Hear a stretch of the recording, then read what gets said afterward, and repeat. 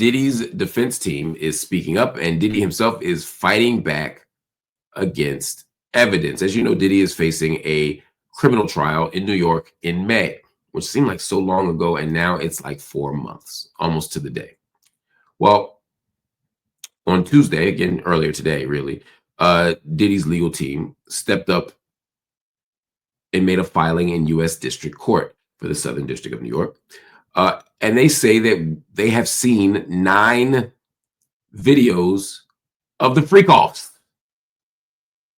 Now, these freak-off videos are not footage taken from the raid, to be clear.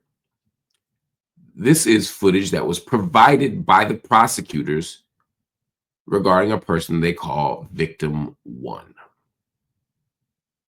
Ooh, this is important stuff. So that's the first thing. Where did the footage come from? It wasn't the raid. Somebody gave it up. Who has the footages? Who has the tapes? Victim number 1. According to a lot of people, including my sources, Victim 1, I shouldn't say my sources, the conjecture of experts who I've spoken to. I don't have an inside source on this. But victim number 1 is Cassie. That basically y'all thought them tapes was thrown away. You thought them tapes wasn't attainable, that they was just in Diddy's vault. Nah, B. Cassie kept the freak off tapes and turned them in. That is what many people are saying, and that's what victim 1 suggests.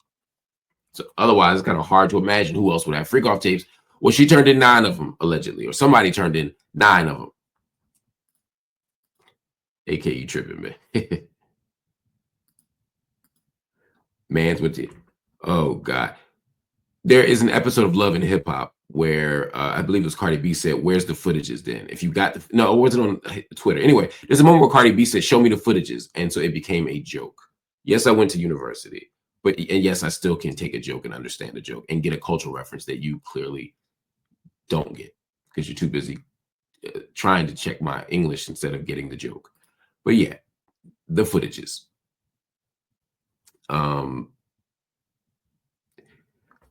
So you look at the footage. What do you see? You look at the tapes. What's on there? For the prosecution to have them and to show them, they must have a reason. But you can't just pop it up at trial. That's not how the law works. Of course, they have to show it to the other team, to the other side, which they did. Diddy's team got to see it. Now, mind you, they didn't hand it over. They had to watch it in front of the government.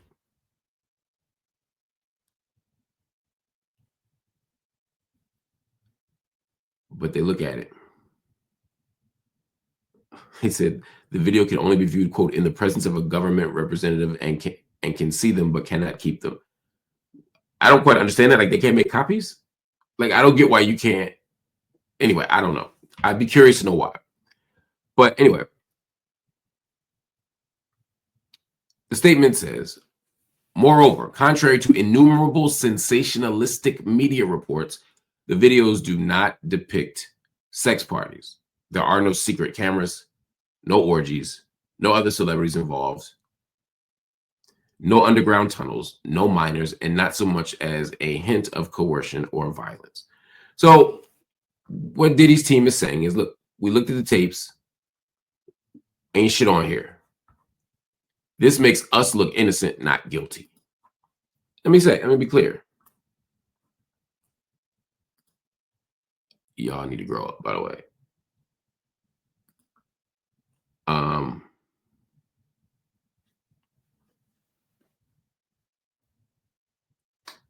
There could be 1,000 tapes. So the fact that there are 9 that might be exculpatory doesn't mean that Diddy's innocent. But it would not shock me if those tapes don't have the things on there that some people are expecting to see. Every tape ain't a celebrity tape. Maybe if we assume that that's Cassie who held the videos, maybe that's not who he did the celebrity freak-offs with. Maybe the celebrity freak-offs without Cassie. They said there are no secret tapes. No, these were clearly taken. Well, not clearly. These could have been clearly taken without a secret tape. But that doesn't mean that he doesn't secretly record people. It just means those aren't the ones that they got. So let's not jump to any conclusion that this saves or exonerates Diddy at all. These particular tapes may not support the worst media accusations, the worst public speculations. It's entirely possible, and I suspect that's true, because Diddy's team would not publicly declare that if it weren't true. But it only means that it's not true on those 9 tapes. Look, on these 9 tapes, I'm not a serial killer. Look, on these 9 tapes, I'm not a mass murderer. Sure. But these ain't the only tapes in the world. These might not be the only tapes in the prosecution's office. We don't know.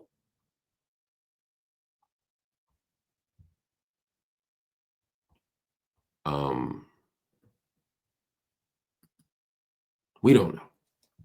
But Diddy's team is jumping on this revelation. Diddy's team is saying, look, all y'all out here said one thing and it wasn't true.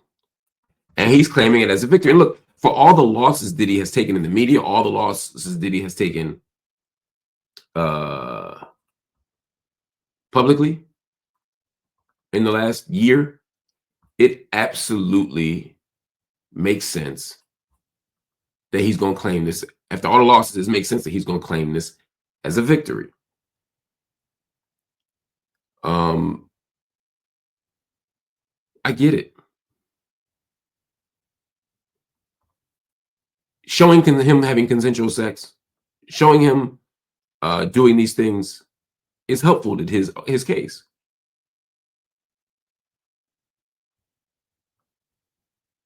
But let's not assume that this means anything for the big picture. However, and this is the last thing I'll say about this, I don't want any of you to assume by any stretch that Diddy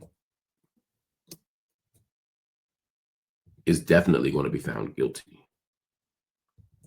I'm not saying he's not guilty.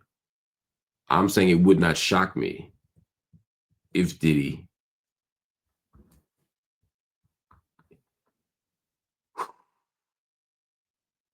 it would not shock me if Diddy gets out of this or has a minimal punishment. The longer the time goes, the more,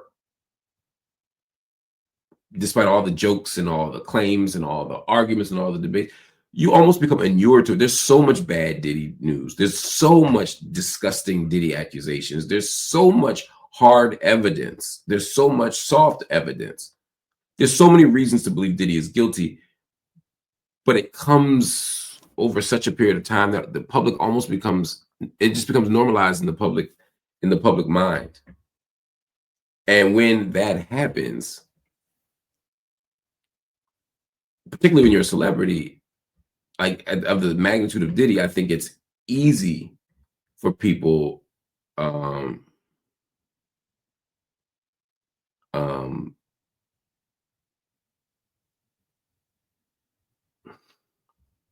it's easy for people to lose sight of the big picture. Jazz LP Dallas is fine and said, Mark, it would not make sense at all for them to parole evidence. I think you mean provide maybe evidence in that does not show or comport the very thing that they're trying to accuse him of. Maybe, right? It's possible that there's something on that tape that he's guilty of, but that's debatable. For example, maybe it was secret footage. I'm just saying hypothetically. Let's say it could be secret footage. And they're saying it's not secret. You can't prove it's secret. Or this was all consent, right? Whatever the thing is that they're fighting, I'm just saying that it may not be apparent to the public, or it could be the least bad of charges, or maybe there's more tapes they haven't seen yet. Now, is it possible Diddy's defense team is lying too? Sure, possible. They're just trying to affect public perception. They're just trying to, but it seems equally unwise for them to completely make up claims either. I'm not saying I believe Diddy and don't believe the prosecution. I'm saying I think this might not be the worst of the evidence, and they are very strategically pointing to the weakest of the evidence so that when the stronger evidence comes out, we're already predisposed to believing that maybe it's not as bad as they said it was. Again, I don't believe Diddy, but yeah, I just don't. But hold on. Hank said he beat that girl up on video. What do you mean? No, I don't understand him to be on trial for that assault. He obviously assaulted Cassie. I didn't think that was one of the charges. If it is, then I stand down on that. I thought, based on my understanding of the charges, that wasn't one of the charges. But if he's charged for that, good.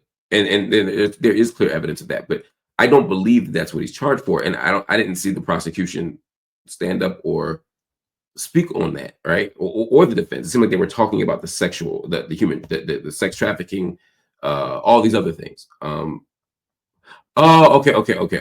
I see what you. Oh, I got you. I'm sorry. The person said they weren't talking to me.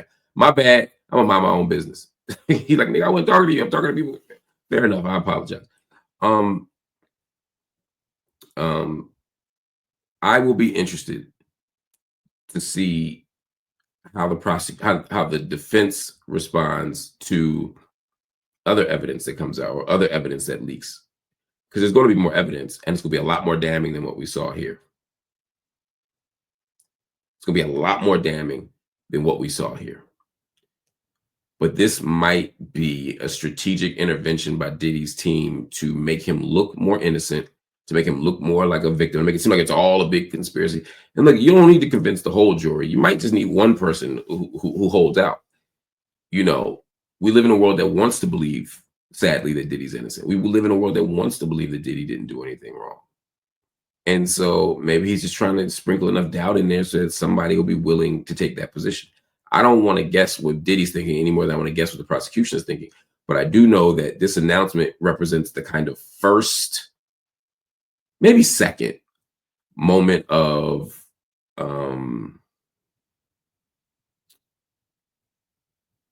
I won't call it victory, but at least progress for Diddy's defense. The first one was the Jay-Z thing.